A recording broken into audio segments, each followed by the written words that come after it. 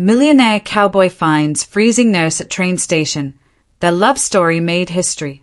It was the winter of 1887, and a blizzard ripped through Wyoming territory, claiming lives and leaving broken hearts in its wake. At the train station in Cheyenne, a young woman sat alone on a wooden bench. Her breath billowed out in white clouds against the bitter cold.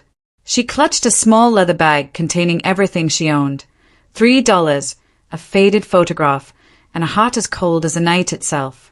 But what happened next would become a legendary love story, changing two lives forever and making history in the untamed American West. The wind sliced through Cheyenne like a knife that December night. Elizabeth Libby Montgomery pulled her thin shawl tighter, but it did little good. Her fingers had gone numb hours ago, and her lips were turning blue. The last train had left 3 hours prior, and the next wasn't due until morning, if the storm didn't block the tracks. Back in Philadelphia, Libby had been a nurse at a charity hospital, where she learned to tend wounds and comfort the dying. But when a doctor tried to force himself on her and she fought back, breaking his nose with a bedpan, no one believed her. The hospital fired her, and the word spread. With no respectable hospital willing to hire her, she spent her last bit of money on a train ticket west, hoping to find work in a mining town. But her money ran out in Cheyenne. Now, she sat on this hard bench, wondering if she would freeze to death before dawn. Her small leather medical bag, her only true possession, sat beside her. The sound of horse hooves on the frozen ground made her look up. Through the swirling snow, she saw a large figure on horseback approaching.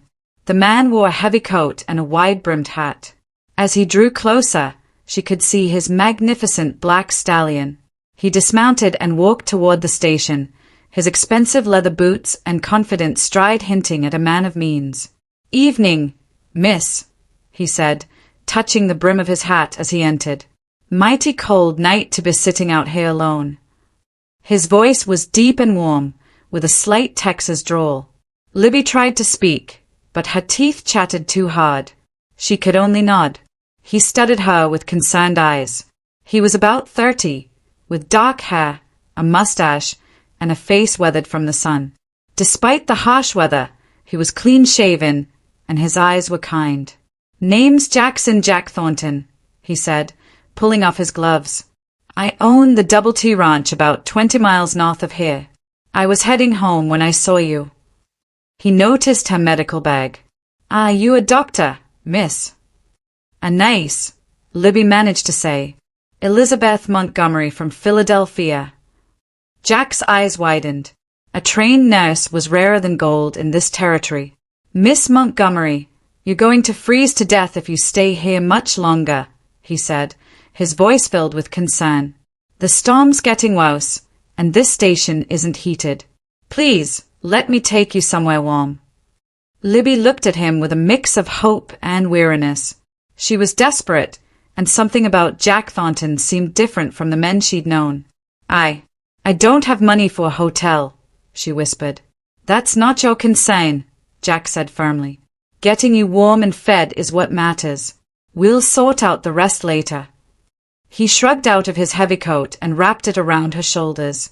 The warmth, still holding his body heat, made her gasp with relief.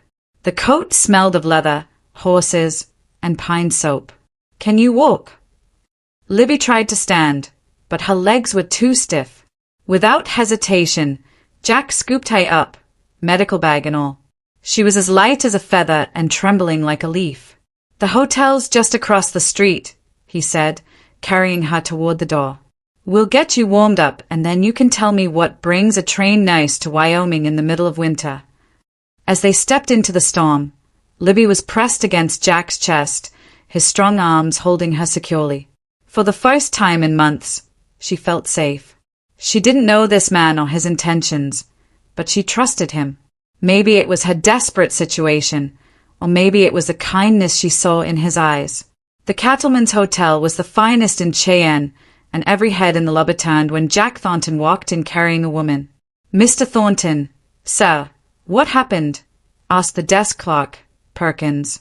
"Found this lady at the train station, near frozen to death," Jack said. "I need your best room." Send up hot food, coffee, and plenty of blankets. Also, get Doc Williams if he's in town. Right away, sir, Paquin said, grabbing a key. Room 12, second floor. Libby was aware of the whispers as Jack carried her, but she was too exhausted to care. The warmth of the building made her fingers and toes tingle with painful relief. Jack carried her into a spacious room with a fireplace and set her gently on a chair by the fire. He immediately began building up the flames. The hotel will send up some women's clothes, he said, not looking at her. Yours are damp.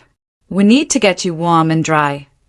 A knock announced the arrival of hot coffee, soup, and blankets. Jack tipped the boy generously, then poured Libby a cup. Drink this slowly, he said. Too much heat too fast can be dangerous. Libby sipped the coffee, feeling the warmth spread through her chest. You seem to know something about medicine yourself, she observed. Jack smiled. You learn a few things running a ranch. But I'm no trained nurse. What brought you out west, if you don't mind my asking? Libby studied his face. He had honest eyes. I worked in a hospital in Philadelphia, she said carefully. There was a doctor who wouldn't take no for an answer. When I defended myself, I was dismissed. No hospital back east would hire me after that. Jack's jaw tightened. A man forced himself on you. He tried to, Libby said. I broke his nose with a bedpan. Jack's mouth twitched with a hint of a smile. Good for you. I hope it hurt. It did, Libby said, and for the first time in months, she almost smiled too. But it cost me my career. I thought maybe in the West, my past wouldn't matter so much. It doesn't, Jack said firmly. Out here, we judge people by what they do, not by the lies told about them. A trained nurse is worth her weight in gold in this territory. Another knock interrupted them, and a maid entered with an armload of clothes. Mrs. Patterson donated them, she said. She said any woman caught in this storm deserves all the help we can give. Thank Mrs. Patterson for her kindness, Jack said, standing. I'll wait downstairs while Miss Montgomery changes. Mr. Thornton, Libby called as he reached the door. Why are you helping me? You don't even know me. Jack paused, his hand on the doorknob. Maybe because I know what it's like to be alone in the world, he said quietly. And maybe because I've been praying for someone like you to come along, a healer. My ranch hands get hurt regular, and I've lost good men because there was no one to tend to them. But more than that, he turned to face her fully, I've been looking for someone special. Someone with strength and courage, someone who'd break a man's nose rather than let him take. With that, he left the room. Libby sat by the fire, staring at the closed door. She had expected many things out west, but not to meet a man like Jackson Thornton. Rich enough to own his own ranch, kind enough to help a stranger, and respectful enough to leave her alone. She looked at the clothes the maid had brought, a simple but well-made blue wool dress. As she changed, she felt a spark of hope. For the first time since leaving Philadelphia, she was looking forward to what tomorrow would bring. Libby woke to sunlight streaming through the window and the sounds of the street below. The storm had passed, leaving a world of pristine white snow. She'd slept better than she had in weeks, warm and safe. A soft knock at the door made her sit up. Miss Montgomery, it's Jack Thornton. Just a moment, she called, quickly braiding her hair and smoothing the borrowed dress. When she opened the door, Jack stood in the hall with a breakfast tray. Morning, he said with a smile that made her heart skip. Thought you might be hungry. How are you feeling? Much better, thank you, she said, letting him in. Mr. Thornton, I don't know how to repay your kindness. Call me Jack, he corrected, setting the tray on a table. And you don't owe me anything, though I was hoping we could talk about your plans. As Libby ate a hearty breakfast of eggs, bacon, and biscuits, she admitted, I don't have many plans. I was hoping to find work in a mining camp, but I'm not sure how to get there. Jack leaned back in his chair. Mining camps are rough places for a woman alone. Dangerous, too, I can take care of myself, Libby said with quiet determination. I'm sure you can, Jack agreed. But there might be another option. My ranch covers 50,000 acres and I employ about 60 men year-round. That number goes up to nearly 100 during roundup season. These men work hard and get hurt regularly. Broken bones, cuts, burns, snake bites, you name it. Libby set down her coffee cup, intrigued. You're offering me work. I'm offering you a position as the rancher's nurse, Jack said. Good pay, comfortable quarters, and all the medical supplies you need. You'd have your own cabin near the main house, and Cookie, our cook, would make sure you're well fed. It sounded too good to be true. What would you expect in return? Jack's expression grew serious. Honest work for honest pay. Tend to the men when they are hurt, help with difficult births among the livestock, and maybe teach the hands some basic first aid. Nothing more than that. And you'd expect nothing personal. Understanding dawned in Jack's eyes. Libby, I'm not the kind of man to take advantage of a woman in a desperate situation. If something personal were to develop between us, it would be because we both wanted it, not because you felt obligated. Libby looked for any sign of deception, but his eyes were clear and honest. How far is your ranch? She asked. 20 miles north, Jack replied. It's called the Double T. We raise cattle and horses, some of the finest in Wyoming. The work is hard, but the men who ride for me are good people. You said you've been looking for a healer. Haven't you tried to hire a doctor? Jack laughed without humor. I've tried. Most doctors want to practice in towns where they can build a profitable practice. Ranch work isn't profitable enough for most of them. But you'd hire a woman. I'd hire anyone with the skills and courage to do the job, Jack said firmly. Out here, we care more about what a person can do than whether they wear pants or a dress. Libby considered the offer. It was better than anything she had hoped for, but it seemed too perfect. What aren't you telling me? She asked. Jack smiled. Smart as well as skilled. All right, here's the truth of it. The Double T is a working ranch, not a fancy estate. The winters are hard, the summers are hot, and we're 20 miles from the nearest town. You'd be the only woman on the ranch most of the time, besides Cookie's wife, Martha. It can be lonely. I've been lonely in cities full of people, Libby said quietly. At least ranch loneliness would be honest. There's something else, Jack continued. My family has money. My father made a fortune in shipping. Some people might say you're trying to catch yourself a wealthy husband. Libby's chin came up defiantly. Let them say what they want. I know my own heart and intentions. I believe you do, Jack said softly.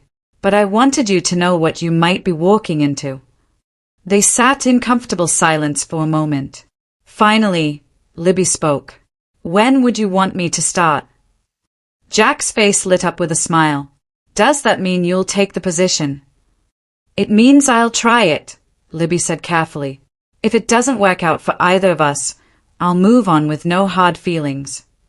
Fair enough, Jack said, standing and extending his hand. Welcome to the Double T, Nurse Montgomery.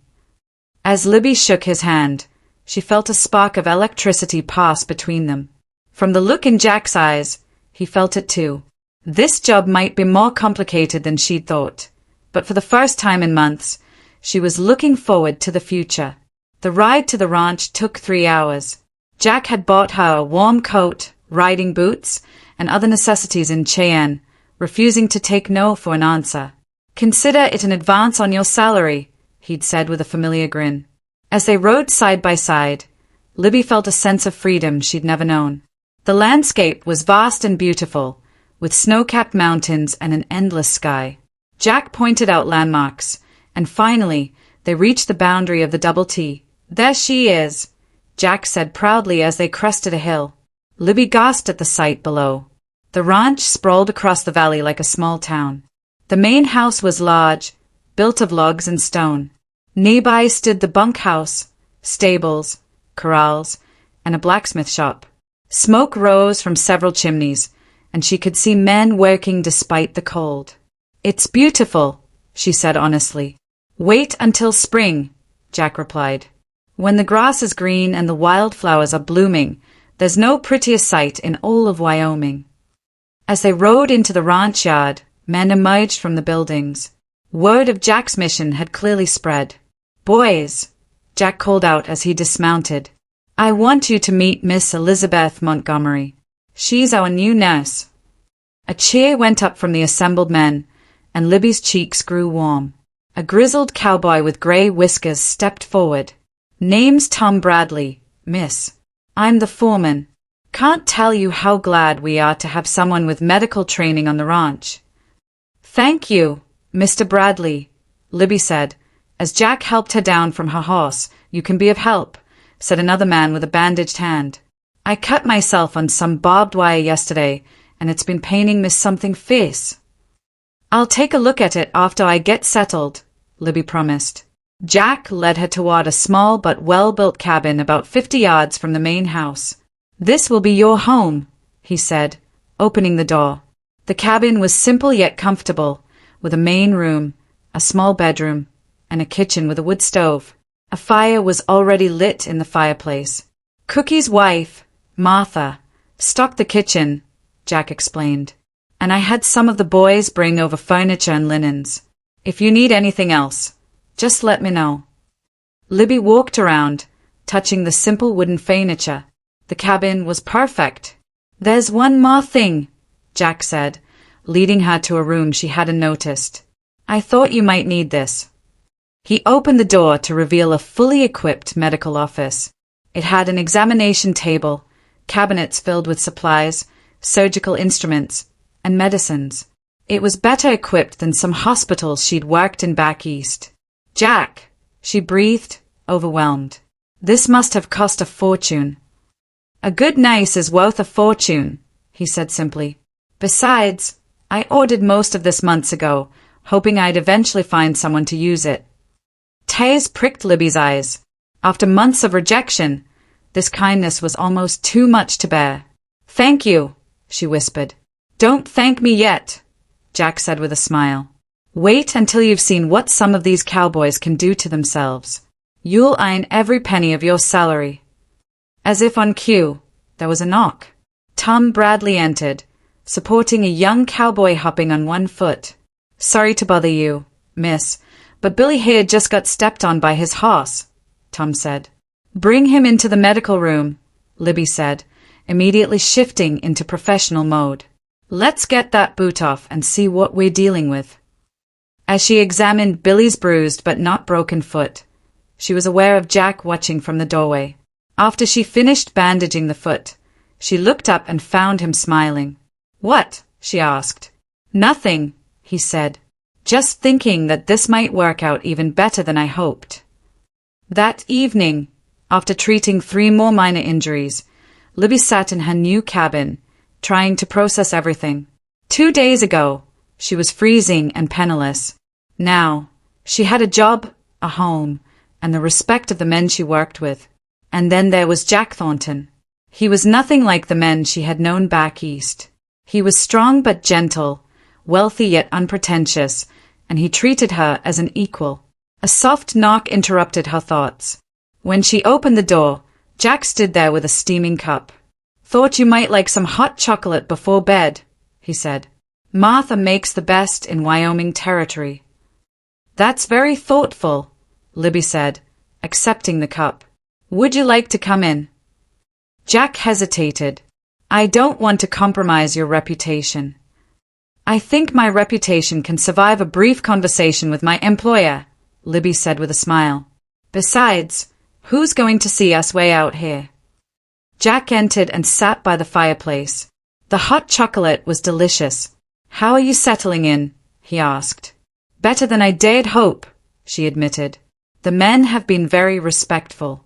The cabin is perfect, and that medical room is better equipped than some city hospitals." "Good," Jack said. He fell silent, staring into the fire. "What is it?" Libby asked, sensing something was troubling him. I want to be honest with you about something, he said. When I found you at that train station, it wasn't entirely by chance. Libby set down her cup, suddenly wary. What do you mean? I had been in town on business, yes, he said. But I was also making inquiries about finding a nurse or doctor for the ranch.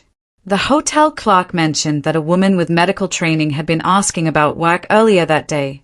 I went to the station hoping to find you. So you knew who I was?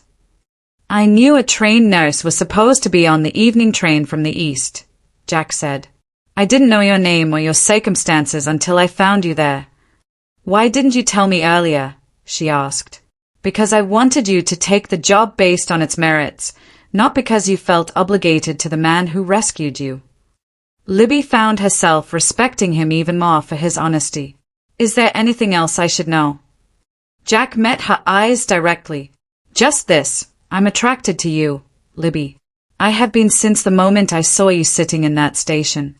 But your job here is secure regardless of your personal feelings toward me.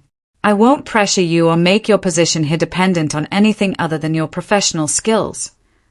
Libby's heart skipped a beat. The attraction was mutual, but she appreciated his straightforwardness. Thank you for being honest, she said softly.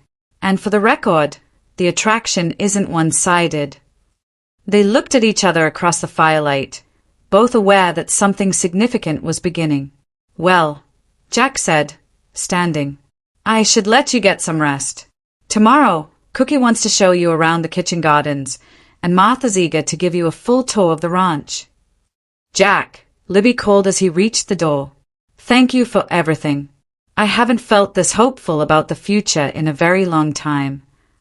Neither have I, he said quietly, and then he was gone. Spring came early to Wyoming territory, and with it, Libby settled into her new life at the Double T Ranch. She treated everything from broken bones to snake bites, delivered foals and calves, and even helped Martha in the garden. The cowboys respected her and often sought her advice, but it was her growing relationship with Jack that occupied most of her thoughts. He was careful to maintain professional boundaries during the day, but the evening conversations on her cabin porch had become a cherished routine. One evening in late April, as they watched the sunset, Jack brought up a subject that had been weighing on him. Libby, there's something I need to tell you about my past, he said, his voice unusually serious. What is it? She asked. I was married before, Jack said quietly. Her name was Rebecca. We were childhood sweethearts. Libby felt a stab of jealousy, followed immediately by guilt. What happened to her? She asked gently. Fever took her 3 years ago, Jack said, pain in his voice. When she died, I thought my chance at happiness died with her. I'm sorry, Libby said, reaching over to squeeze his hand. She was very special, Jack agreed. But she was also nothing like you. Rebecca was gentle and delicate, content to stay home. You're strong, independent, willing to face challenges. I love that about you. Libby's heart stopped. Jack, I know it's too soon, he said quickly. I know we work together and that complicates things, but I can't pretend anymore that my feelings for you are just professional respect. Mine aren't either, Libby admitted. But you're right. It is complicated. What would the men think? What would people in town say? I don't care what they say, Jack said firmly. But I care what you think, what you want. Before Libby could answer, Tom Bradley came running up to the cabin, his face pale. Boss, Miss Libby, there's been an accident. Lightning spooked the horses and young Danny got trampled. His hurt bad. Libby was on her feet instantly. Where is he? She asked, her personal feelings pushed aside by professional duty. Bunkhouse, Tom replied. Cookie and some of the boys carried him there. Libby ran to the medical room to grab her supplies while Jack saddled horses to ride for the doctor in Cheyenne. But when she reached the bunkhouse and saw Danny's injuries, a crushed chest and labored breathing, she knew there wasn't time to wait. Internal bleeding was obvious. He'll be dead before the doctor gets here, Libby said firmly. I've done this surgery before. We can save him, but we have to act now. For the next 3 hours, Libby worked over Danny's broken body, repairing internal damage and setting bones. The cowboys watched in silent awe as she performed what seemed like a miracle. When she finally stepped back, exhausted but triumphant, Danny's breathing was steady, and his color had improved. "He'll live," she announced, and the bunkhouse erupted in cheers. Jack, who had returned with the doctor an hour earlier, watched from the doorway with undisguised admiration. The doctor examined Danny and declared Libby's work was as fine as any surgeon in Denver could have done. Later that night, Libby and Jack finally had a chance to talk. "What you did tonight," Jack said as they sat on her porch in the moonlight, "it was incredible. You saved that boy's life." "It's what any trained nurse would have done," Libby said modestly. "No," Jack said firmly. "It's what you did, and it's why I love you." There it was, out in the open. Libby looked at this man who had rescued her, given her a home, and now looked at her as if she were the most precious thing in the world. "I love you too," she said simply.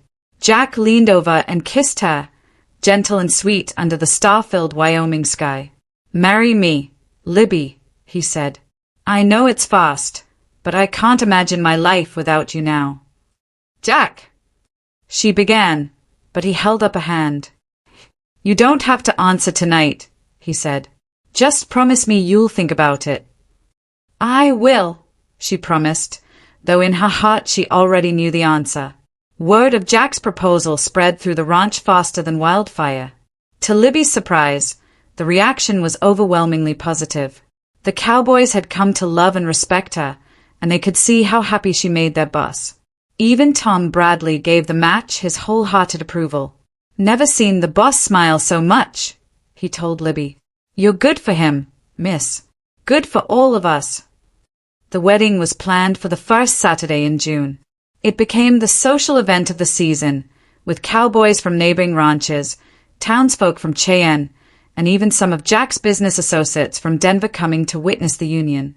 Libby wore an ivory silk dress Jack had specially ordered, with wildflowers woven into her hair by Martha. She looked radiant as she walked down the makeshift aisle, with Tom proudly escorting her. Jack waited at the altar on the main house porch, dressed in his finest black suit. When their eyes met, his nervousness disappeared, replaced by a smile of pure joy. The circuit preacher's words about love and commitment seemed especially meaningful. "I do," Jack said firmly when asked to take Libby as his wife. "I do," Libby replied, her voice strong and sure. When the preacher pronounced them husband and wife, Jack's kiss was passionate enough to draw cheers and whistles. Libby blushed but didn't pull away. Secure in their love, the celebration that followed was legendary. The most meaningful moment came when Danny, still recovering, stood to make a toast. "To Mrs. Thornton," he said, raising his glass of lemonade. "The woman who saved my life and made our boss the happiest man in Wyoming. May your love story inspire generations to come." The crowd erupted in agreement, and Libby found herself crying happy tears as Jack squeezed her hand. As the evening wound down, Jack and Libby found themselves alone on the porch of the main house. "How does it feel to be a married woman?" Jack asked, taking her hands in his. "It feels like coming home," Libby replied. "Like everything that happened before was just preparing me for this moment." Jack pulled her close. "I have something for you," he said, pulling out a small velvet box. Inside was a beautiful gold locket.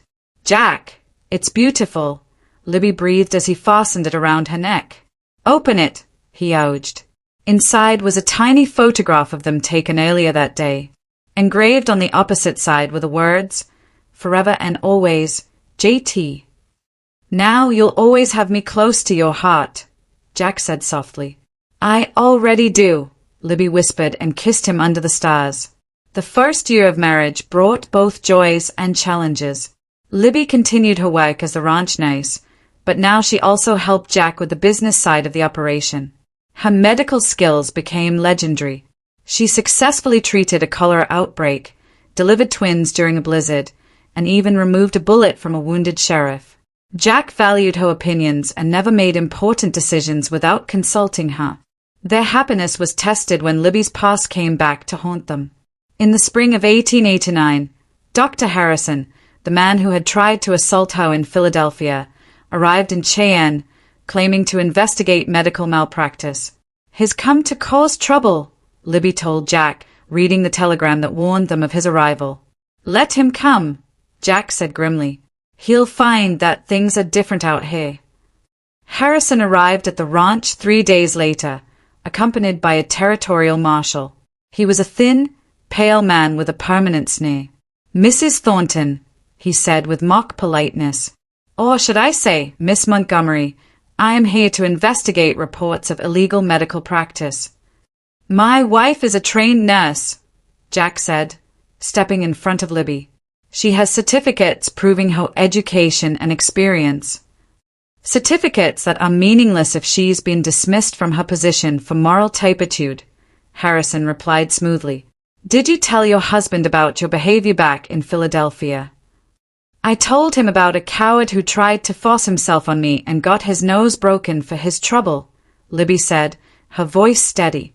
That was as far as he got before Jack's fist connected with his jaw, sending him sprawling. The marshal reached for his gun but was faced with 30 angry cowboys who had appeared from nowhere. The hearing was held in Cheyenne's courthouse 3 days later, and it seemed like half the territory showed up to support Libby. Patient after patient testified about her skill and compassion. The doctor from Cheyenne spoke eloquently about her surgical abilities, and even the territorial governor sent a letter praising her contributions. Harrison's accusations fell apart under scrutiny. The judge declared Libby's nursing certificate officially recognized by the territorial government and authorized her to practice medicine throughout Wyoming. "As for you, Dr. Harrison," the judge said, "I suggest you leave our territory immediately." The courtroom erupted in cheers, and Libby found herself swept up in Jack's arms. "It's over," he whispered. "He can't hurt you anymore." "We did it together," Libby replied, looking into his eyes. "We can face anything together." By 1892, 5 years after their marriage, Jack and Libby Thornton had become one of the most influential couples in Wyoming. The Double T Ranch had expanded, and their cattle were renowned. But it was their contributions to the community that truly set them apart. Libby had established the first real hospital in the territory and started a nursing school. Jack had become a political force, advocating for statehood and building the town of Thornton, complete with schools and churches. Their greatest joy came from their 3 children, twin boys, Thomas and Jackson Jr., and a daughter, Rebecca. "She's going to be a healer like her mother," Jack said one evening as they watched their daughter sleep. "Or a rancher like her father," Libby replied with a smile. "Maybe both," Jack said, pulling his wife into his arms. "In this family, we believe in unlimited possibilities." As they stood together, Libby reflected on their journey. "Do you ever regret it?" Jack asked, as if reading her thoughts. "Leaving Philadelphia, coming west, taking a chance on a rough cowboy?" "Never," Libby said firmly. "That night you found me was the luckiest night of my life. Everything that happened before was just preparing me to be your wife." "I love you, Libby Thornton," Jack said, "more than I ever thought possible." "And I love you, Jackson Thornton," she replied, "forever and always." Years later, historians wrote about the story of Jack and Libby Thornton. Their love became a legend, told and retold, inspiring generations to believe in the power of love to overcome any obstacle. In a museum in Cheyenne, visitors can still see Libby's medical bag, the one she carried that cold night in 1887.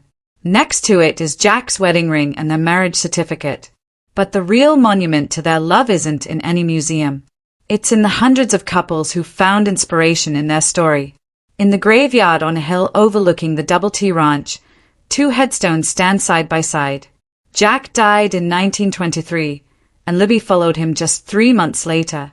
Their shared headstone reads simply, "Forever and always," a love that made history.